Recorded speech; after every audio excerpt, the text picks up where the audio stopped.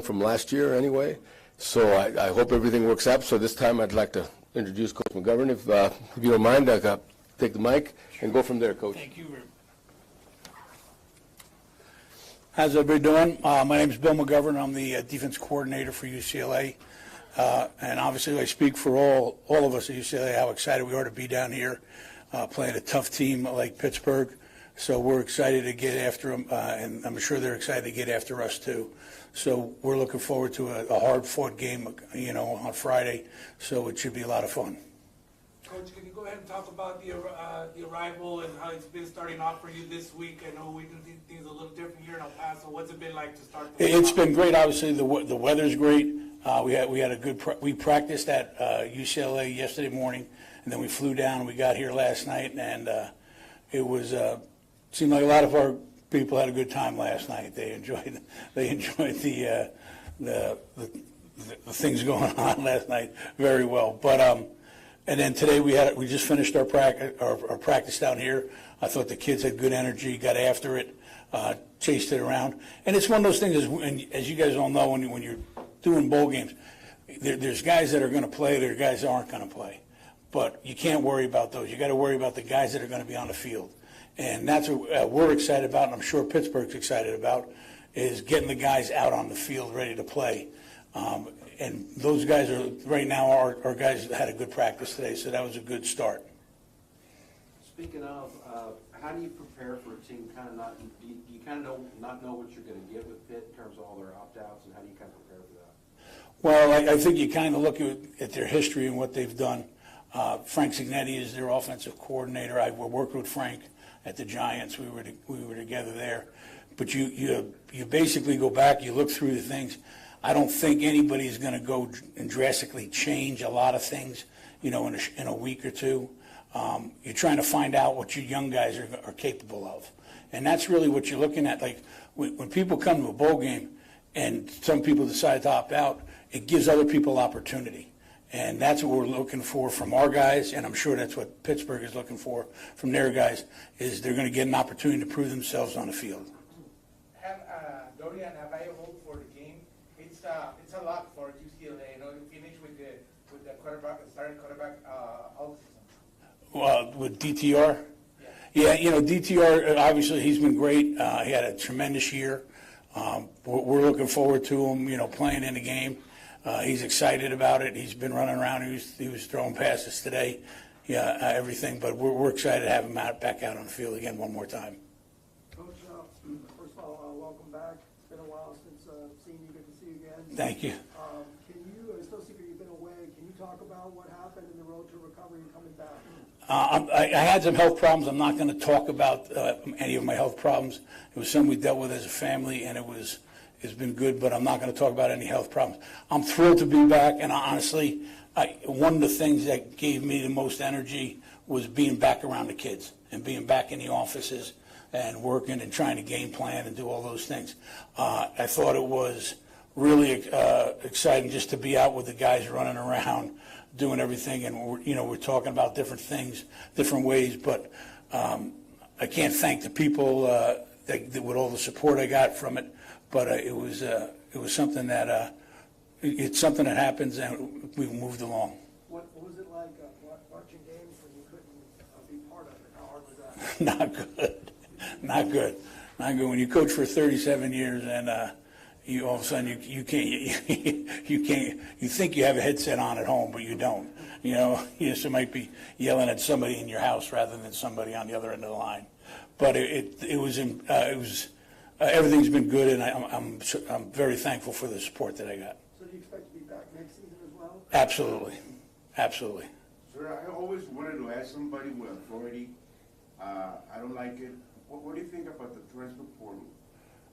I'm not gonna get into this. This is my first year dealing with that. I took the job with UCLA last spring, and it's all been the first time of me dealing with the transfer portal, dealing with recruiting, doing all that. And it's one of those things, I think, when this is all settles down and the dust settles, people have got to talk. People have got to kind of communicate and try to see, where do we go from here? I don't think anybody has the answers. There's a lot of gray lines right now that are out there. And I think that's one of the things that we've just got to try to, as an organization, as coaches, as the NCAA, we're going to have to try to basically figure out some things and, put some things in place that'll kind of keep things held together. What do you think of the job Clancy and the other assistants did while you were? I thought they did a phenomenal job in the sense that the biggest thing is the guys were playing hard in the fourth quarter. They were chasing the ball around. They were making some plays. But I can't say enough about the job. And I mentioned it as we talked early in the year. We said, we had on defense, we had a bunch of guys who have either been coordinators, will be coordinators, or are coordinators. And all those guys kind of came into play as the season progressed there. Is there a team you've played so far this season that you could say their style on offense kind of mirrors what you're going to see from Pitt? No, I think you got to kind of combine a couple of teams because Pitt does a really good job. They're well coached, they're tough, they're physical, but they also got skill that goes down the field well. So they're a good team. They're a physical team in terms of running the ball, but they're also a team that's very talented throwing the ball, and their wideouts can go get the ball up in the air.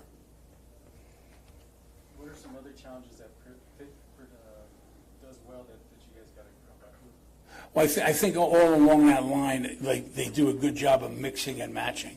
Like they're going to run the football, okay, so then you want to load up on the run, but really then they can drop back and throw the ball.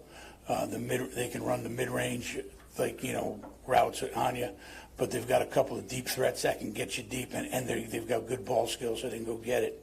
So those guys are guys that create problems from you from time to time. You try to make them a little bit one-dimensional, but they do a nice job. They're very well coached, and they'll play hard.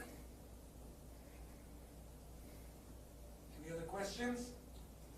Coach, this game, when it was announced, it was billed as a offense. It's going to be a great offensive shootout. As a defensive coordinator, do you kind of think like, oh no, it's not. We're going to do something to. Well, what are your thoughts when you hear the game being billed as that way? It's one of those things that you hear it.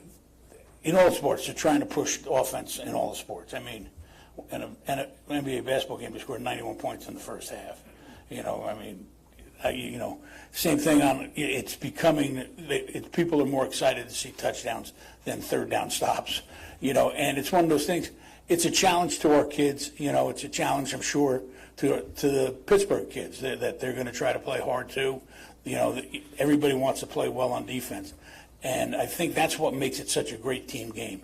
Because not only, people got to score offensively, but we have to make stops on defense, and the special teams have to show up too. And that's really what, to me, makes football really the ultimate team sport, because you're using 11, there's 22 on for offense, there's 22 on for defense, there's 22 on for special teams, and they're all competing against one another. So I think that's what makes it pretty special when you get those opportunities. It's a win. I don't care if you win 45-42 or you win 3-2. It's a win, and that's one of the most important things. Is the guys stick together. They keep playing, and that goes back to what you talked about with Clancy and Kenny and the rest of and Brian, all the guys. Those guys are playing hard in the fourth quarter, and that matters. They're playing for one another, and I think that's really important to notice and to see. Being away from the game makes you realize how much you loved it. Absolutely. Not a second went by. Thank you, Coach. Thank you very much. Appreciate you. Thank you. I Thank you appreciate so it. much, yes. Again, just want a couple announcements. We will have a head coaches press conferences on Thursday, again at 10 a.m. and then at 1, just same schedule as today.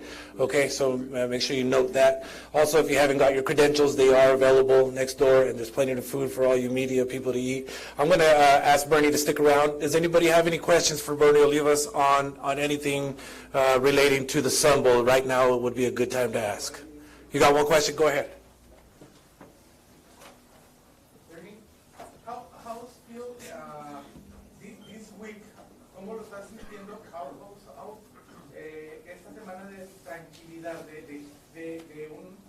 normal, por decirlo así, después de lo de los países, ¿no? Well, like I said, it's back to normal, I think, sort of, kind of, as what we've gone through the last 2 years. And I think the matchup that we wound up with has given us a lot of energy to make this thing the best we could.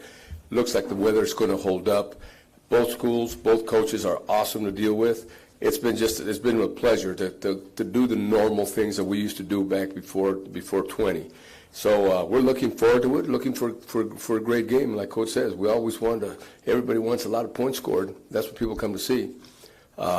And hope they do. But like I said, if it's 14-13, last time Pittsburgh was here, heck, we'll take that too. As long as it comes down to the last play of the game, that's what we want to see. And, of course, that's up to them. But I think our people, our staff, all our volunteers have done a tremendous job to get this game ready to go as smoothly as possible. And so far, I haven't heard any complaints. I've only been here for a couple of days, but I haven't heard any complaints. And our job is to be hospitable to our people, and that's what we do. That's what we're known for. And I think, had a great story with Coach Golding. I thought that was awesome. What happened with Coach Golding? Bringing a couple of people he had never met. So a lot of good stories. I don't know. I think there's another great story that I think hopefully somebody picks up on. That Ed Stansberry, graduate of Irvine High School, played for UCLA, played in the Sun Bowl in 2001, I think. And now you got Billy Davis, Irvine graduate, played for Pittsburgh, and won a Super Bowl with Dallas. I think I've talked to both of them. Hopefully I can get them on the field somehow and recognize them. But I think that's a pretty good story too. We got two former El Pasoans playing on who played on the teams that are playing the Sun Bowl. So hopefully, one played in the Sun Bowl, one played in the Super Bowl. I think it's a lot of great stories. It's a lot of great stories and that always happens at our bowl games. There's always great stories. Beginning with Coach Golding and all those people. I think it's going to be great. I think it's going to be great. Primeramente felicitarlo por este gran encuentro que van a tener y preguntarle si nos puede hablar sobre el cambio que hubo de la batalla de los bandos de Morris, porque había gente que tenía duda y no sabe de. Yeah, and of course, our situation here in El Paso with the migrant situation, we couldn't let those people sleep on the street. So I think the fact that the convention center opened up their doors, and it forced us to cancel our fan fiesta the way we know it. This will be the third year in a row that we don't have a fan fiesta. But luckily, Fort Bliss opened up their doors, and we're going to have the Battle of the Bands. We're going to have Tony out there. The mascots will be out there. We're going to have mariachis and folklorico dancers, and that's all we can do. But if you've never been to the fan fiesta, it's a huge event, and a lot of people ask me, well, why don't you move it to Southwest University Park, or why don't you move it to Memorial Gym? There's a lot of moving parts when it comes to the fan fiesta if you haven't been there. It's a tremendous event, but at least we got the Battle of the Bands going, which is really the highlight of the fan fiesta anyway. We also got the cheer camp that we used to have, before the fan fiesta. We moved that as well to Cathedral High School. They lend us their gym to have it there as well. So we're trying to make it as normal as possible, even though we're not having the full-blown fan fiesta, which was gearing up to be one of the best we've ever had. And things happen. Unfortunately, things happen. We'll work with what we have. And it's sad that we're not going to have it, but we know why. We know why it had to happen, and it happened. We move on and move on. Thank you. Awesome. Thank you, Bernie. Thank you very much. Thank you, guys. Again, keep an eye out for all my emails. You guys know I send a ton, so just keep an eye out for updates.